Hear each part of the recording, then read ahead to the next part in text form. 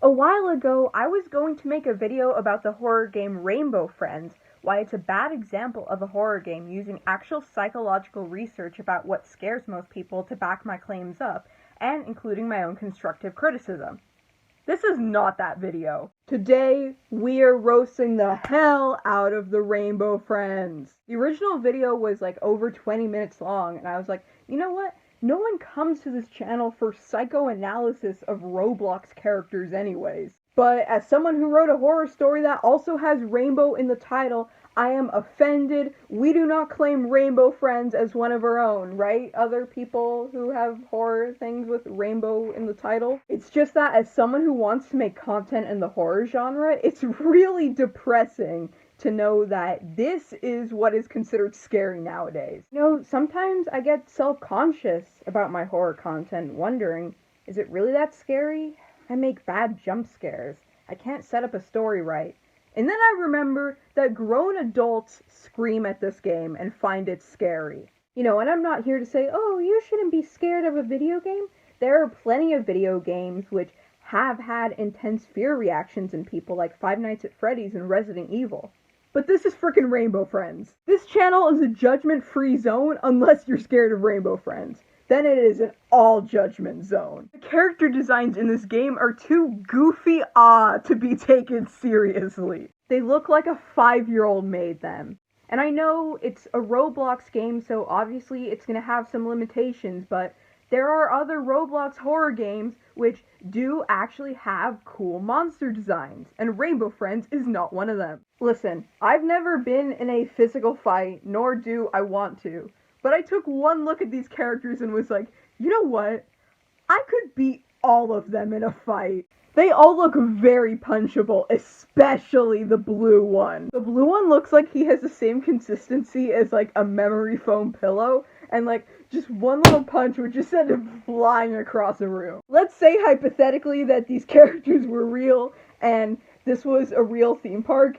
I am absolutely going to become that urban legend about the guy that punched Mickey Mouse in the face and got a lifetime ban from Disneyland. I would 100% take the opportunity to be escorted out of the park in handcuffs in the back of a police car with all the other park guests cheering just for the chance to punch the blue Rainbow Friend. I will wear the lifetime ban as a badge of honor. And you're telling me that people are actually scared of this?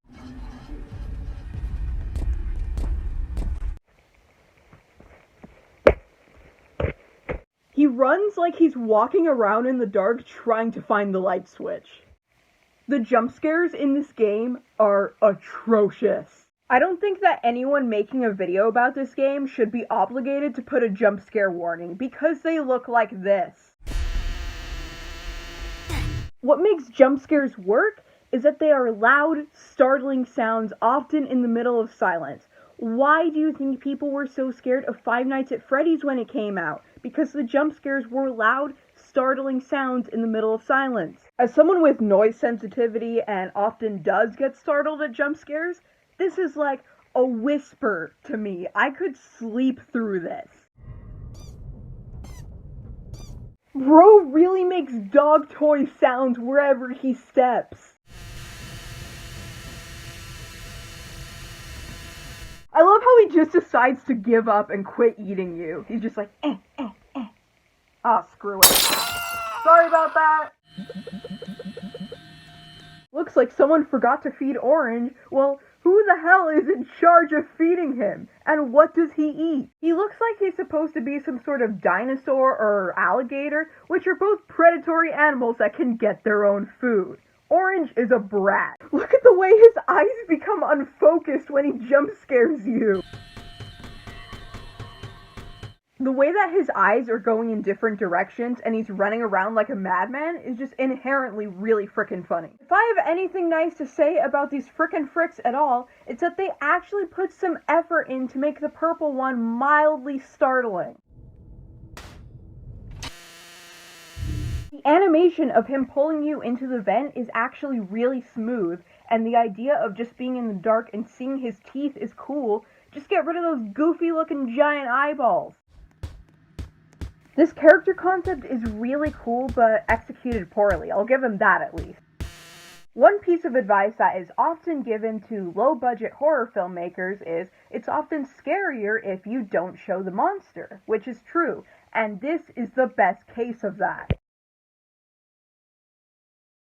He looks like if a lollipop and one of those sticky hand toys had a baby, and that baby took a lot of drugs. I'm about to hit you with a super controversial opinion. Garten Banban is better than Rainbow Friends in the horror department. Change my mind. Yeah, Garten Banban sucks too and isn't scary, but at least it has a basic understanding of concepts like liminal spaces, atmosphere, sound designs, and what makes a jump scare. Yeah, I said it, guys. Garten Banban is better than Rainbow Friends.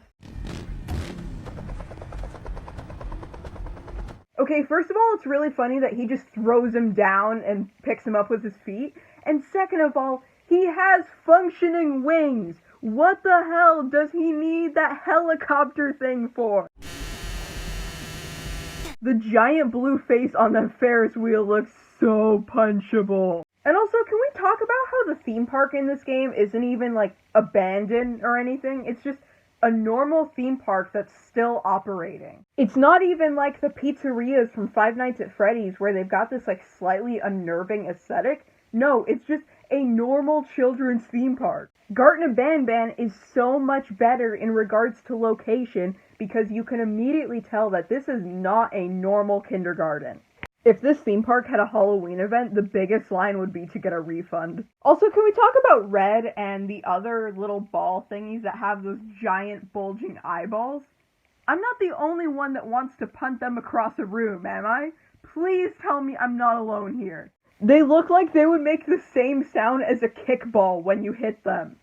I am so getting banned for life from this park, but it's 100% worth it. So basically, the whole video, Rainbow Friends freaking sucks, and it is an insult to the horror industry to call it scary. Because you guys know, I know, we all damn well know that the only reason this game was created was to sell kids' toys. You know what? No one's saying you can't make horror for kids.